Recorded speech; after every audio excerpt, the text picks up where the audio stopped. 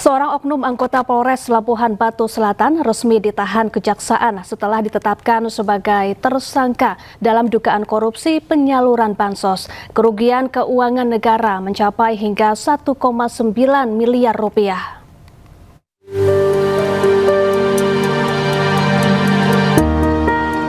Didampingi kuasa hukumnya, oknum polisi berpangkat Bribka mendatangi kantor Kejaksaan Negeri Labuhan Batu Selatan. Kedatangannya memenuhi surat panggilan kejaksaan setelah ditetapkan sebagai tersangka dalam dugaan tindak pidana korupsi penyaluran bantuan sosial Dinas Sosial Labuhan Batu Selatan tahun anggaran 2024 yang merugikan keuangan negara senilai 1,9 miliar rupiah. Tersangka resmi ditahan oleh Kejaksaan Negeri Labuhan Batu Selatan, namun kuasa hukum menyatakan tidak sah. Tidak sah ya secara hukum, karena apa? Karena penetapan tersangka berdasarkan putusan MK nomor 21 tahun 2004 atau 2014 ya, saya lupa, nomor 21 itu menyebutkan penetapan tersangka. Kejaksaan menahan 7 tersangka dan 1 meninggal dunia dan telah menahan 5 tersangka, semua telah melalui proses pemeriksaan lengkap. Proses penyerahan tersangka dan barang bukti dari penyidik kepada penuntut umum di Kejaksaan Negeri Labuhan Batu Selatan. Dan sebelumnya telah dilakukan juga proses tahap 2 penyerahan tersangka dan barang bukti ke 5 tersangka di hari sebelumnya. Kini seluruh tersangka telah dititipkan di Lapas Kelas 3 Kota Pinang. Dari Labuhan Batu Selatan, Sumatera Utara, Randi Kurniawan, iNews melaporkan. Ketahuan menggunakan narkoba jenis sabu, oknum anggota dari Polres Blitar Kota dipecat tidak hormat. Upacara PTDH dilakukan di halaman Mapolres tanpa kehadiran yang bersangkutan. Apel pemecatan seorang oknum anggota kepolisian dilakukan di halaman Polres Blitar Kota. PTDH dilakukan untuk Ibtu EW yang berdinas di Polsek Sukorejo, Kota Blitar. EW kedapatan telah menyalahi kewenangan karena berulang kali mengonsumsi sabu. Sejumlah peringatan keras pun sudah ia terima hingga dilakukan sidang etik. Kalau anggota tersebut sudah melaksanakan pelanggaran sesuai kode etik Profesi Polri, sudah berulang kali melanggar tentang penggunaan narkoba dan peredaran narkoba, itu sudah lama, ya, sudah lama. Dan juga sudah dilaksanakan sidang disiplin berulang kali, dia tetap melanggar, akhirnya kemarin dilaksanakan putusan upacara PTDH tersebut. Apel PTDH dilakukan tanpa menghadirkan EW. Sebagai tanda pemecatan, Kapolres Blitar Kota langsung mencoret foto EW. Apel tersebut juga sekaligus menjadi peringatan bagi anggota lain agar tidak menggunakan narkoba.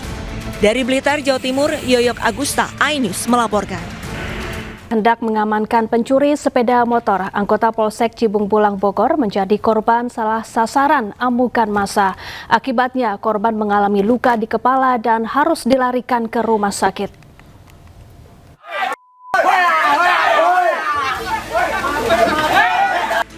Bribka Hikmah Hidayatullah dikeroyok massa saat hendak mengamankan seorang pencuri motor di Desa Gunung Picung, Pamijahan, Bogor.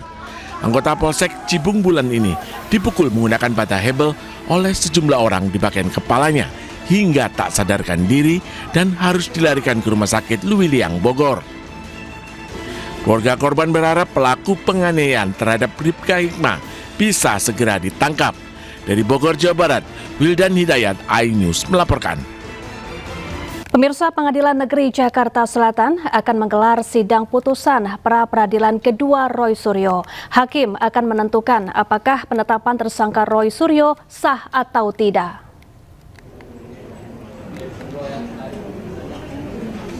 Sidang putusan pra-peradilan Roy Suryo rencananya akan digelar pukul 1 siang ini di Pengadilan Negeri Jakarta Selatan. Ini merupakan pra-peradilan kedua Roy Suryo yang menguji sah atau tidaknya status tersangka Roy dalam kasus ijazah Jokowi. Pengamanan di Pengadilan Negeri Jakarta Selatan pun diperketat jelang pembacaan putusan. Sebelumnya, Roy Suryo memenangkan pra-peradilan pertama yang menyatakan penggeledahan, penangkapan, dan penahanan Roy Suryo cacat formil sehingga tidak sah menurut hukum. Sabtu siang untuk pembacaan. Ya, untuk mengetahui informasi terkini, kita sudah terhubung dengan jurnalis iNews, ada Amrina Rida di Pengadilan Negeri Jakarta Selatan. Selamat siang, Amrina. Bagaimana situasi terkini jelang sidang putusan pra-peradilan Roy Suryo? Ya, selamat siang Syafa dan juga pemirsa. Untuk pembacaan putusan pra-peradilan jilid 2 Roy Suryo nantinya dijadwalkan akan digelar pada pukul 13 waktu Indonesia Barat yang diketuai oleh Hakim Tunggal yakni Iketut Darpawan, tepatnya di ruang Haji Umar Seno Aji. Dan sidang putusan pra-peradilan ini merupakan tahap akhir dari proses pemeriksaan di Pengadilan Negeri, di mana nantinya Hakim Tunggal akan membacakan putusan sah atau tidaknya suatu upaya hukum seperti penetapan tersangka. Dan juga putusan ini bersifat final, mengikat dan tidak bisa diajukan upaya hukum banding. Kemudian sebagaimana diketahui, permohonan pra-peradilan Roy Suryo ini diajukan untuk menguji penetapan tersangkanya sebagai tudingan ijazah palsu mantan Presiden ke-7 Joko Widodo. Adapun tersangka dalam pra-peradilan kali ini termohon satu yaitu Kapolda Metro Jaya, kemudian di Reskrimum Polda Metro Jaya, Kasubdit Kemenak dan juga tim penyidik. Kemudian untuk termohon kedua yakni Kejati DKI Jakarta, Aspidum Kejati DKI Jakarta, Kejari Jakarta Selatan, dan tim Jaksa Penuntut Umum. Sebelumnya pada Kamis lalu persidangan juga diagendakan dengan pemberian kesimpulan baik dari pihak pemohon dan juga termohon. Untuk pihak pemohon ini mengajukan poin-poin utama pada kesimpulan. Yang pertama itu adanya ketiadaan alat bukti, yakni pihak Roy Suryo mulai menyidik mencampur adukan adanya alat bukti untuk kasus pencemaran dan adanya pemaksaan menjerat pasal 32 dan 35 UU ITE. Kemudian tuntutan berkas perkara yang mana tim kuasa hukum juga berpendapat bahwa proses hukum ini merupakan cacat formil karena hanya menetapkan Roy Suryo sebagai tersangka.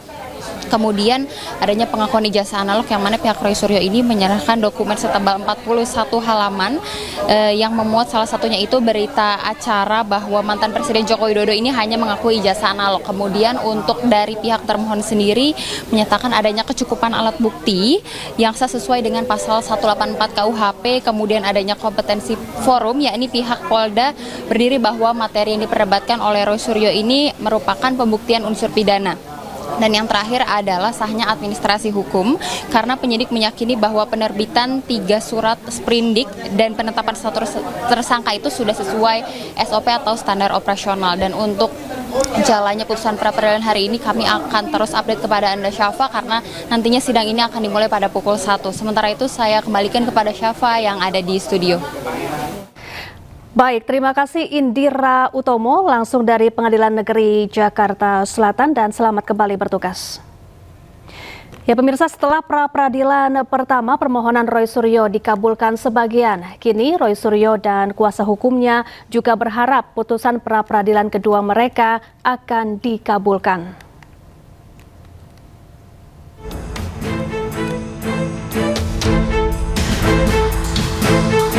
Senin 20 Juli Pengadilan Negeri Jakarta Selatan akan membacakan putusan pra-peradilan kedua Roy Suryo.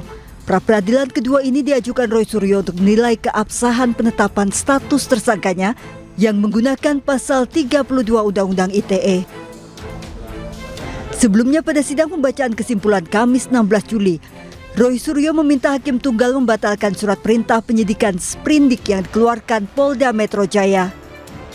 Jadi artinya dengan adanya fakta-fakta ini termasuk fakta-fakta persidangan ahli dan tidak ada saksi di pra-peradilan yang kedua, kami mohonkan kepada Hakim Tunggal itu untuk menggunakan benar-benar pikiran dan kebijakannya, karena hakim itu kalau sudah menyampaikan putusan itu adalah putusan yang harus diikuti oleh semua pihak dan moga-moga itu akan menjadi keputusan yang terbaik pada hari Senin tanggal 20 Juli tahun 2026 jam 1 siang.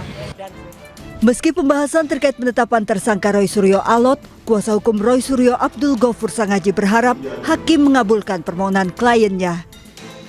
Karena berdasarkan ahli yang kemarin dihadirkan oleh Polda Metro Jaya, ahli justru tidak mampu menguraikan apa yang disebut dengan bukti surat atau alat surat dokumen elektronik dalam konteks pengenaan pasal 32 dan pasal 35 Undang-Undang ITE. Dan kemarin juga tidak ada satupun saksi yang juga dihadirkan oleh Polda Metro Jaya. Mudah-mudahan ini adalah celah di mana permohonan pra peradilan kami bisa dikabulkan sebagaimana pra peradilan kami yang pertama. Dan Sementara saksi ahli pidana yang dihadirkan Polda Metro Jaya, Profesor Erdianto Effendi, membantah pernyataan kubu Roy Suryo. Ia menilai permohonan pra-peradilan Roy Suryo berpotensi akan ditolak karena substansi tuduhan berkaitan Undang-Undang ITE tidak bisa masuk dalam pra-peradilan namun di pokok perkara. Nah, jadi biarlah hakim pra-peradilan, dalam hal ini hakim tunggal, Pak Ketut, yang akan nanti memutuskan ya apakah keberatan yang diajukan oleh pemohon terhadap penetapan tersangka atau pemilihan pasal itu sesuai atau tidak. Tapi tadi terkait juga pemilihan pasal, saya bilang pemilihan pasal itu sepenuhnya kewenangan penyidik dan penuntut umum. Ya. Bahwa kalau mereka merasa keberatan dengan penerapan pasal tertentu, sarana penyelesaiannya bukan di pra-peradilan. Ya, pokok perkara. Di pokok perkara, ya. Di eksepsi nanti. Ketum militan Gibran Andi Azwan menilai seharusnya Roy Suryo tidak perlu mengajukan pra-peradilan dan langsung ke pokok perkara seperti yang dilakukan Dr. Tifauzia Tiasuma. Saya katakan bahwa Roy Suryo itu pengecut, ya, karena apa yang dilakukan oleh Dr. Tifa itu masuk ke pokok perkara, gentle. Itu adalah seorang gentlewoman ya, gentlewoman. Ya kan, artinya berani untuk melakukan dan mempertanggungjawabkan apa yang dia lakukan, yang dia kerjakan, dan yang dia yakini. Roy Suryo pun kembali mengajukan gugatan pra-peradilan untuk yang ketiga kalinya menuntut ganti rugi proses hukum terkait kasus dugaan fitnah ijazah Jokowi. Dari Jakarta, Tim Liputan iNews melaporkan. Ya, Roy Suryo kembali mengambil langkah hukum dengan mengajukan permohonan pra-peradilan ketiga ke Pengadilan Negeri Jakarta Selatan. Sementara pihak Joko Widodo menuding pengajuan gugatan pra-peradilan yang dilakukan berkali-kali oleh Roy Suryo merupakan siasat untuk mengulur waktu pemeriksaan dan persidangan.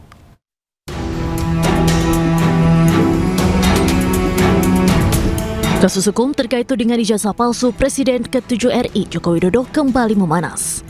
Di tengah masih bergulirnya pra-peradilan kedua, pakar telematika Roy Suryo kembali mengambil langkah hukum dengan mengajukan permohonan pra-peradilan ketiga ke Pengadilan Negeri Jakarta Selatan. Berbeda dari dua permohonan sebelumnya, kali ini Roy mengajukan gugatan yang berfokus pada tuntutan ganti kerugian terhadap jajaran Polda Metro Jaya dan Kejaksaan Tinggi DKI Jakarta. Kuasa hukum Roy Suryo, Refli Harun pun meyakini hakim akan mengabulkan gugatan ini. Yang kami ajukan untuk yang ketiga ini bukan pasal 35 ya Undang-Undang ITE, tetapi permohonan ganti rugi. Jadi permohonan ganti rugi itu menyusul kemenangan kami di dalam pra-peradilan pertama. Karena pada pra-peradilan pertama sebenarnya ada permohonan rehabilitasi dan ganti rugi kan. Tapi ganti ruginya tidak dibunyikan, rehabilitasi dibunyikan.